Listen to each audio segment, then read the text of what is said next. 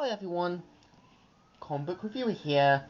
This time doing another Dreamworks film review, and this one is on Kung Fu Panda 2. Now, as you know, Kung Fu Panda 2 is a 2011 animated martial arts comedy film, which was meant to be the sequel to Kung Fu Panda 2 from 2008. Now, I never really watched Kung Fu Panda 2 properly. I saw like bits and pieces now and then when it was on TV at Windows and other places.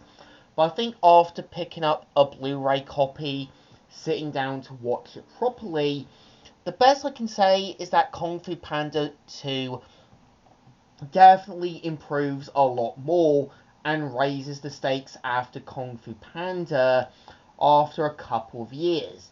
So the premise of the film is meant to follow Po as well as the Furious Five, who, after a group of bandits attack their city, they later learn from Lord Shin, who, has kind of returned and took back his parents' city, known as Kong Men City, and of course has invented a deadly weapon that could end all Kung Fu. And we do see how Po learns slowly about the reasons behind Lu Xin's actions and connections to his past. And here, we do see how Po has to deal with the next step of his journey as the Dragon Warrior, coming to terms with the past and moving forward. And I think they do handle the film well, because you actually do see Po having to kind of face something not only from his past, but also having to come to terms with it, move forward, and forcibly having to accept it. But you also do see the message about, wanting to make your family proud and how your family will react from your actions, because you do see how Po has to kind of accept that, Mr. Ping, who's meant to be his adopted father, had always been there to support him and always was there to help be the voice of reason. But when you had Lord Shen's parents, it's clear they were horrified by everything that he did, had opportunities to realize his mistakes, but Lord Shen destroyed everything that he had and never really stopped to realize how his parents would react from his actions, misguidedness, as well as the harm that he did to others. And I kind of think having, in my opinion, Gary Oldman voice Lord Shin does work. He plays this guy who wants to believe he's in the right. He's easily corrupted and misguided. And when he's actually offered opportunities, he ruins it for himself without showing any guilt and remorse for his actions.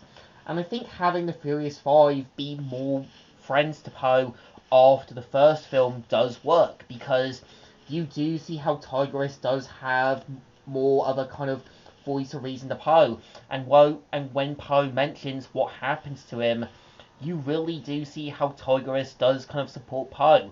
She obviously knows Po is dealing with a lot of personal stuff, but still has basically his back. And that really just shows you how much the characters have changed. And I think, in my opinion, Kung Fu Panda 2 really just shows you how much characters are dealing with their own personal stuff. Because when you actually do have, obviously, the other masters from Lord Shen City dealing with a kind of deadly weapon, we do see how Master Croc, as well as, Master Stomping Ox, now realizing just how deadly the weapon is, they're quick to give up. But you do see how Po still has to try and keep up the fight. He still is trying to kind of give that hope, despite it being still a losing battle, despite dealing with a lot of personal problems. And I really do think Kung Fu Panda 2 really raises up the stakes a lot more. You do see how the storyline after the first film starts from, being a little more simple, a little more basic, to being a bit more serious, and a bit more of a more realistic tone about dealing with grudges, things from your past, as well as coming to terms with it, but how people handle it. Because when Po has to come to terms with the past and everything Lord Shen did, he had to find inner balance and accepted the past for what it was. But Lord Shen became easily corrupted and never really stopped to think how his parents would react and how other people got affected by his actions. And I think, to me, Kung Fu Panda 2 is easily an enjoyable film. It goes bigger with the storyline. It is trying to do something different with the film's villain, but not going from the whole easily corrupted student, but someone who easily thought they were in the right, despite never thinking how other people reacted to their actions. So I think this film definitely deserves a thumbs up. Still good, and still alright. So, Comic Reviewer here, signing out.